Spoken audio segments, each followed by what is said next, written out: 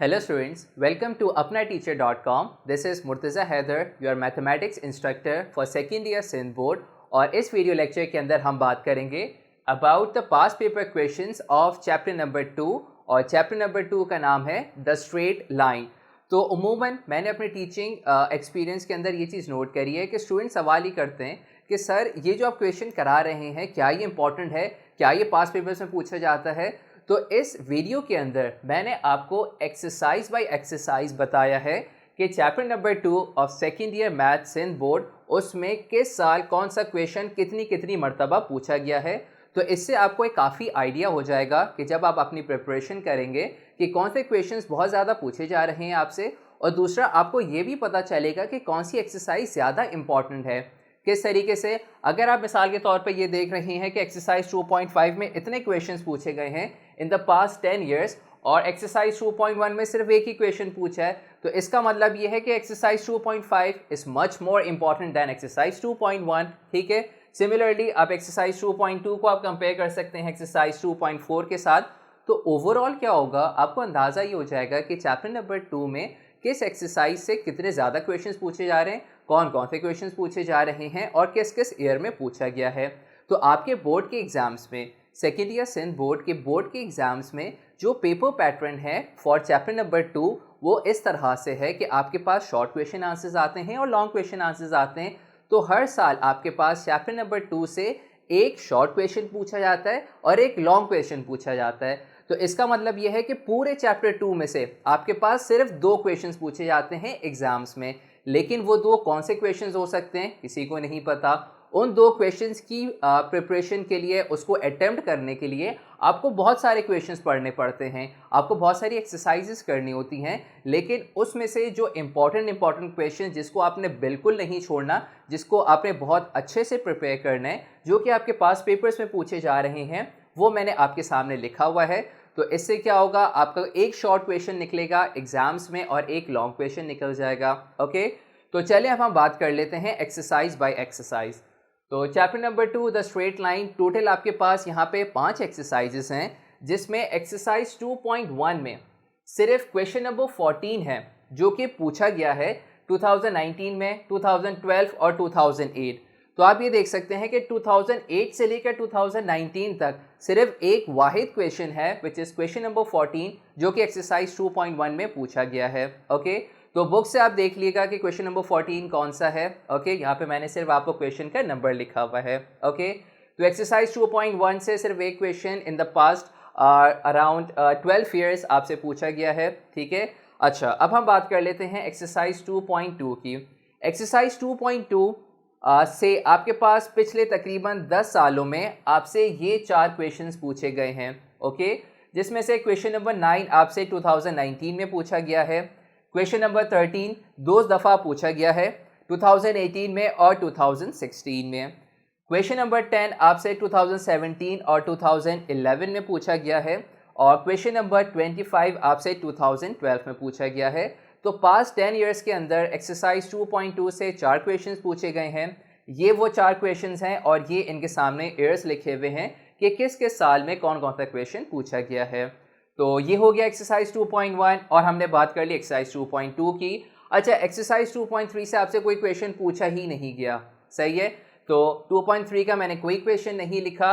अब हम बात कर लेते हैं 2.4 की। 2.4 से आपसे कौन कौन से क्वेश्चंस पूछे गए हैं। आपसे क्वेश्चन नंबर 15, क्वेश्चन नंबर 10 और क्वेश्चन नंबर 11 पूछे गए हैं इन द पास्ट 10 ईयर्स और क्वेश्चन नंबर 15 आपसे 2017 में पूछा गया है।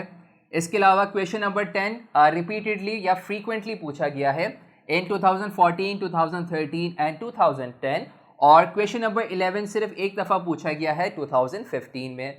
तो यहाँ पे आप देख सकते हैं कि जो सबसे ज़्यादा फ्रीक्वेंटली पूछा जाने वाला क्वेश्चन ऑफ एक्सरसाइज 2.5 कौन सा है, क्वेश्चन नंबर 10 है। ठीक है, अच्छा अब हम बात कर लेते हैं अपनी आखिरी exercise 2.5 of chapter number 2।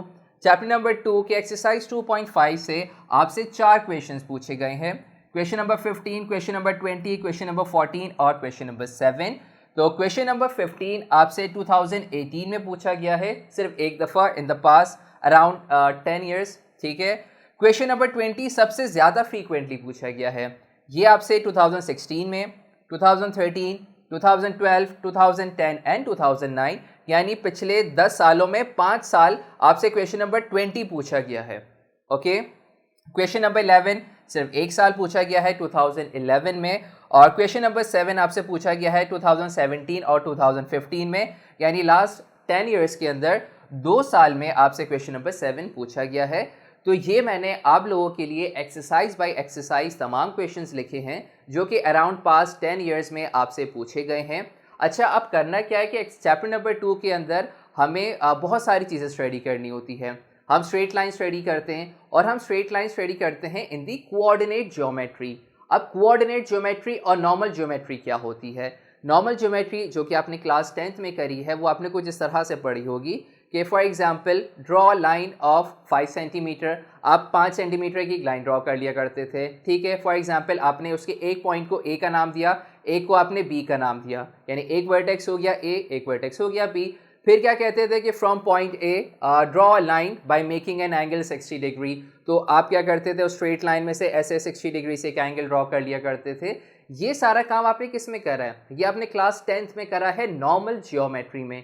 Chapter number 2 में ऐसा कुछ भी आपने नहीं करना। आपने जितनी भी स्ट्रेट लाइन पढ़नी है या जितनी भी ज्योमेट्री पढ़नी है, ज्योमेट्री हम क्यों कह रहे हैं?